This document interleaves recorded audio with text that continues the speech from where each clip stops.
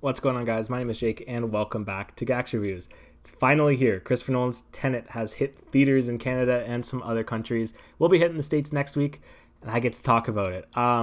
This is going to be a strange review. If my thoughts seem kind of discombobulated and disjoined, it's because they are. I still can't wrap my head around this film. We're going to talk about it in a little bit, but before we get started, I want you guys in that comment section below. Have you seen Tenet? Are you looking forward to seeing Tenet? What's your favorite Christopher Nolan movie? And don't worry, this is a spoiler for your review also, so if you are looking for non-spoilers, this is exactly where to be. I won't be spoiling anything. Let's get started with it. So, Tenet. A secret agent must use to manipulate time in order to prevent World War III. So yeah, Tenet. Tenet has kind of messed with me a little bit. I don't think I've had a film that has messed with me this much. I have tried making this review. I think this is like my 10th or 12th time now. I've tried writing down notes. I've tried just freeballing this. This is a movie that just has blown me away completely. And I don't know if this is because I just haven't really been seeing movies. None of us have. None of us have been seeing brand new movies like this. Or the fact that this was my most anticipated film of the year. Christopher Nolan's one of my favorite directors. Inception, The Prestige, The Dark Knight. All of these movies are grand spectacles. And Nolan was such a stickler for saying, no, this is coming out in theaters. And I saw this last night. And I tried making my review then. I had a couple thoughts. I had to see it again. I came to the conclusion that I just could not review it. I could not rate it off one viewing. This had to have a second review, a second thought. And that's exactly what I did. I saw it again today. I've had to see this movie twice. And I think I can kind of come down to some thoughts on it. And I think I have a score in mind that I can go with. Because Tenet is a messy film that is very purposely messy and leaves viewers absolutely stunned. I think this may not be Nolan's best film, but this is his most ambitious film that he's ever made.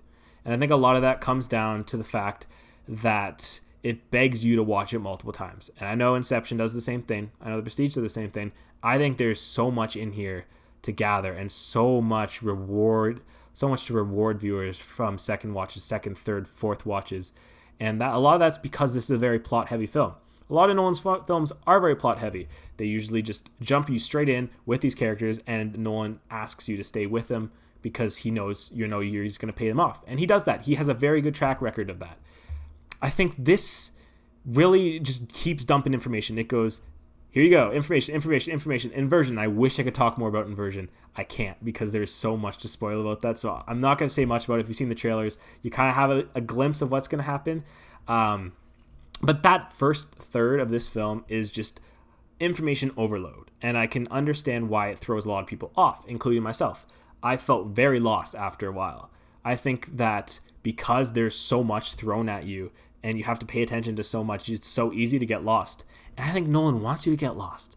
I think part of that is in that mystique of this film, that Tenet. The more you watch it and the more you forget about it and then it reminds you about it later, it just blows your mind when it gets to that specific thought. And like, if you've seen the movie, you probably know what I'm talking about when it gets to that point, because the first third is very slow. I think it is very choppy, and I think that it can throw a lot of people off. But once you hold on, you get to that second and third act, which introduces a lot more action and introduces a lot more of use of the inversion and just where this film is going. I think that it's so hard to not fall in love with this thing. And with second viewing, it just affirms to me that this is a film that you need to watch multiple times.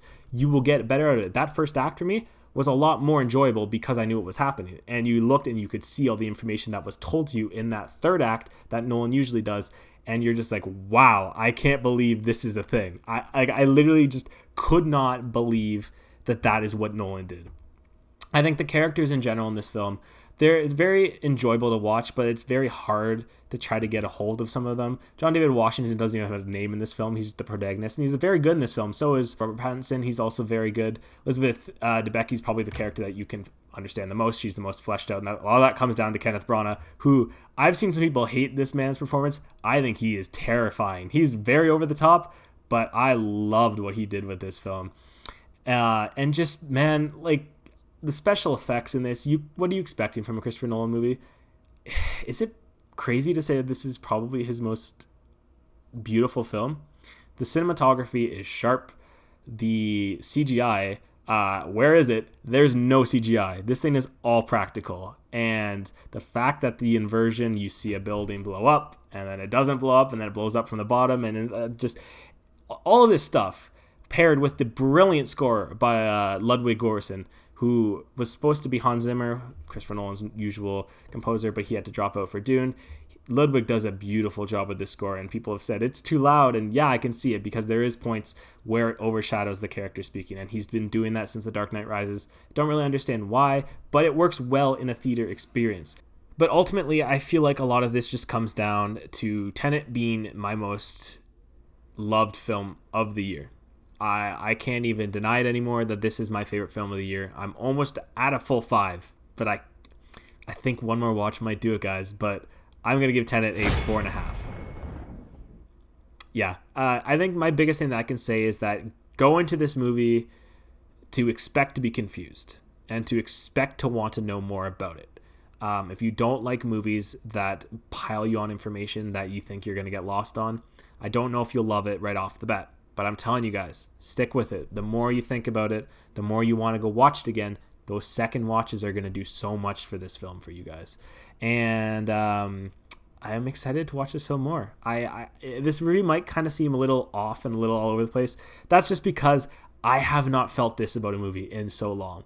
Like, literally, like, down in my, like, I'm just lost talking about this thing. And it's crazy. I love it. Honestly, though, I miss this. This is what film should be like. You should be wanting to talk about this with everyone. You should be wanting to be confused, to be swept up in everything, the theatrics of it. Seeing a massive, grandiose film like this on the big screen just makes it so much better. And I do say, please go check out this film. Go help out the movie theater industry. Obviously, if it's safe. Safety is priority. Make sure that you feel comfortable and that everyone around you feels comfortable to be doing so, then that it's safe for you guys to do so.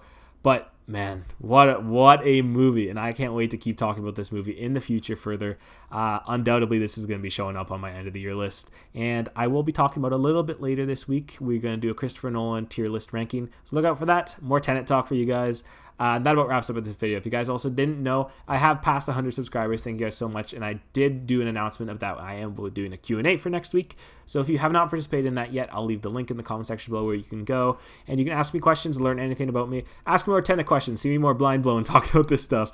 And that about wraps up for this video. If you guys can leave a subscribe and hit that like button, that would really help me out. But other than that, I have been Jake. I am mind blown. And I will see you guys in the next one. Thanks for watching.